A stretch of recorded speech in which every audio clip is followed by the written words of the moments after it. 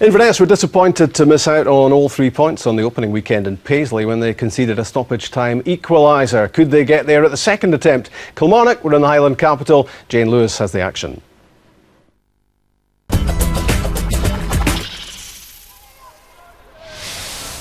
Sellout Saturday, not quite a success in Inverness, with just over 3,000 fans turning out to watch this one, but the home side almost gave their fans something to cheer early on.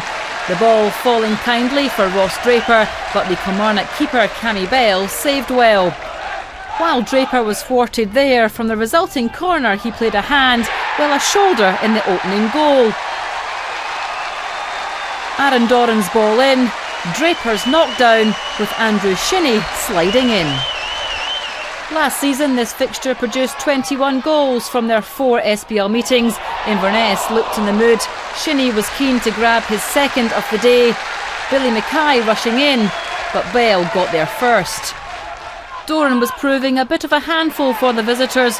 Good work here from Owen Tudor-Jones provided another goal-scoring opportunity for the Irishman, with the Kilmarnock captain Manuel Pascali having to clear the danger. Bell not quite dealing with the effort, but Pascali did well. After all the Inverness chances, Kilmarnock had an opportunity to get back into the match with half an hour gone. Ross Draper's trip on Liam Kelly. Referee Brian Colvin quick to point to the spot.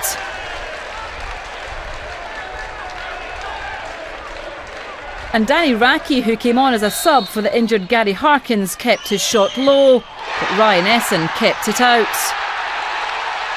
The Inverness keeper also holding on to the follow-up shot from James Dayton. There was another injury blow for Killie as Dayton was stretchered off with a knee injury, but 10 minutes later, better news. After doing his bit at one end, Pascali equalised just before half-time. A good lipping header, but probably no place in the Olympics gymnastics squad for the Italian. Pascali's header untouched on the goal line as he made it 1-1. The second half saw few chances, but some drama as Tudor-Jones raced through. He was stopped in his tracks. The Inverness player obviously not happy with James Fowler's challenge, and he reacted. A straight red card for the headbutt. Afterwards, his manager said he couldn't really complain about the decision, and he'd have words. Terry Butcher would have been a little happier if his side had gone on to win this one with 10 men, and they nearly did. A great ball in from David Raven was met by Nick Ross, but Cammy Bell again to Kilmarnock's rescue. The visitors also had a late chance. Michael Nelson completely unmarked, but he headed over. After opening day draws, these sides were at it again as they shared the points. John, you're watching that with a fair bit of interest because Inverness are at Tynecastle, of course, next weekend. How do you compare Inverness this season with last? There's been the usual summer turnaround of players, but also it seems to me they're getting guys like Aaron Doran and Andrew Shinnie back in, whose seasons last time around were disrupted because of injury. Yeah, they're two excellent players for Inverness, and Terry has the job every season. He's turning around a squad because he loses a lot of players, so he's done a magnificent job there. And again, he's brought in players that you don't know an awful lot about them. We had them watch yesterday. John Harvey was up there yesterday and watched them, and I'll get a report early in the week about them. So always a difficult game because Terry's team are always fired up and they always work extremely hard. So probably better at Tynecastle than we are up in Inverness, I reckon, would suggest. So we'll be looking forward to the game, and back at home we're looking to win, obviously. Two good performances in goal yesterday, and I think this one's straight out of the goalkeeping manual, isn't it? This is what they work on the training ground to make the save and then get up, Billy, and make the other one. Yeah, you'll see the goalkeeping coaching, that's what they do. They'll have a second ball coming in there just for his reaction. Great save from Essen. I was with them at Aberdeen and I had Cammy Bell at Queen of the South, so I know how good our goalkeepers are, but excellent reaction, especially for the second one.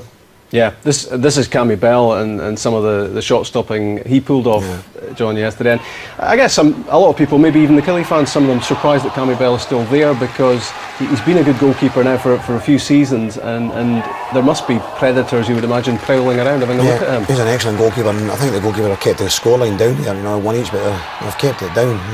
Probably the only thing about Cammy, he's not the tallest, and maybe to play at the highest level, maybe down in England, they'll look for maybe someone probably taller. I think there you see it's all the two of them are the same, Essen and Bell, shot stoppers. I know John's talking about his height, but see anything just in and about him, great reaction, both really good shot stoppers, Rob. One player you won't be facing next weekend is Owen Tudor-Jones, who saw red in all sorts of ways, and I don't imagine Inverness will be appealing against this one. No, I don't suppose so. No, it's quite an easy one for the referee. He's a right go there, so I'm sure Terry would rather he was playing against us next week, but he's not going to be. Just completely lost it into it. You just can't do it. And listen, I've been there myself. Fowler's not that sort of boy either. It is a naughty tackle, he does catch him, there's a reaction, but I think anger management courses needed there.